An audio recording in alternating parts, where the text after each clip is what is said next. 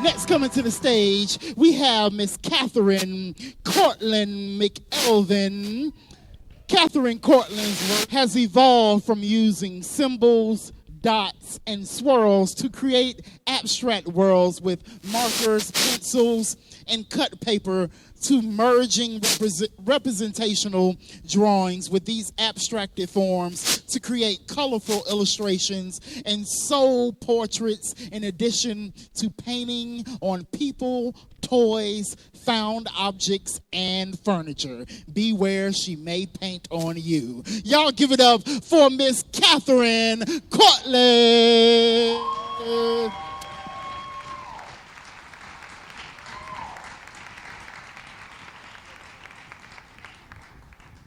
So this work started probably in my childhood. My mother was kind of a singer for hire who went around to different Catholic churches around New York City and used to sing Handel's Messiah during the Christmas season as well as during the Easter season.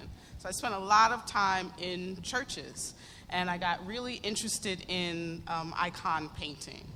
And then after that, all the time, I was always drawing and doodling on the edges of my papers. And I get real sensitive about the Zentangle thing, because when people see this work, they always say, oh, it's Zentangles. Well, I was doing this before the whole Zentangle thing, and if I could have trademarked it, I would have done it myself. But working in this way kind of became a healing art for me. When my father died, I spent time just sitting with paper and pens and just doing these kind of abstract worlds. And it produced a lot of different kinds of work, but I never really merged it with the representational work that I was doing until more recent times.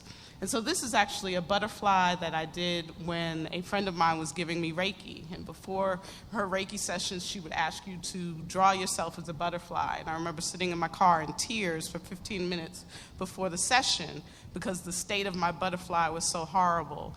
But I recognized that it was time to kind of emerge again. And this piece came after that. It's called Heart and Mind.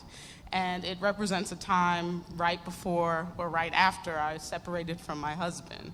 And so I recognized that I needed to use my heart and my mind to recover from that.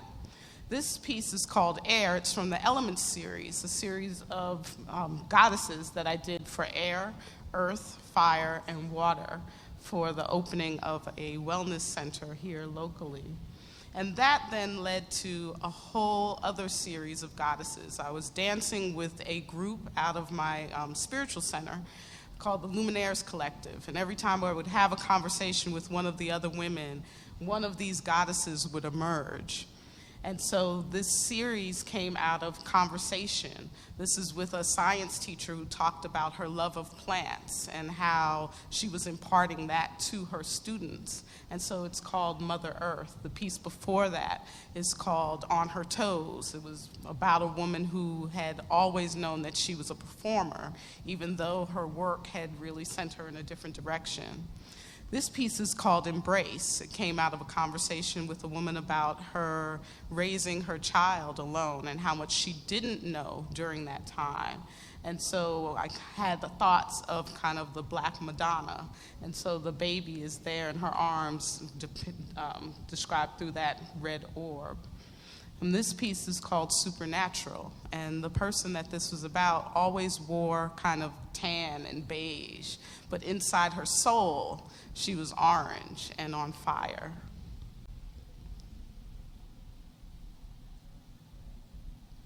This piece is called Speak My Truth.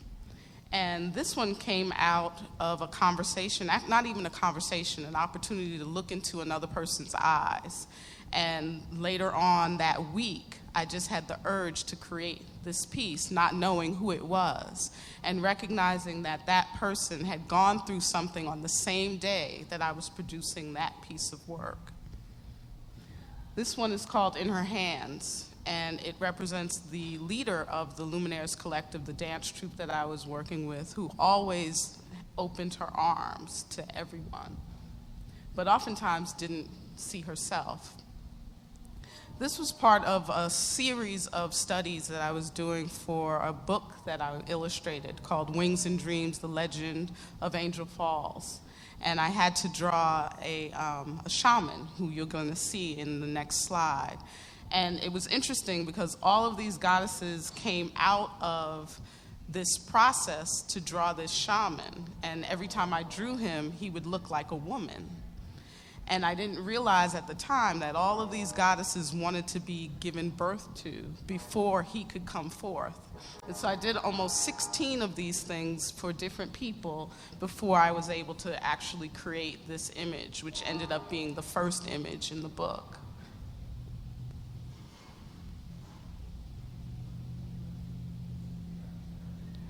And Wings and Dreams represented a departure for me. Prior to that, in my children's book illustration, I had often done whatever the author wanted me to do.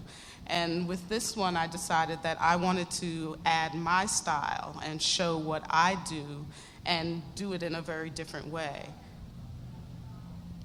This piece is called What Comes After, and this was very much a metaphysical experience for myself as well as the subject.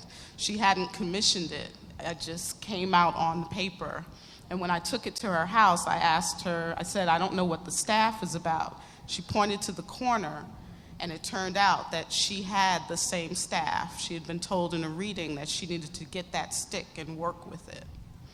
And this one was actually the person who I was doing the prior piece, or thought I was doing the prior piece for. This was actually the one that came out for her. This one is the first male piece that just came forth, and it's a departure because it's done with colored pencil on wood. Most of my pieces are colored pencil on colored paper with marker and pastel. And so I never imagined that wood would take the colored pencil in the same way. And this, the final one, Freedom, was done just last week. It's me. It represents a whole new way of looking at myself and looking at my work, of being released from something that had been kind of holding me back from doing the next level or the next stage of my life and my art. So thank you.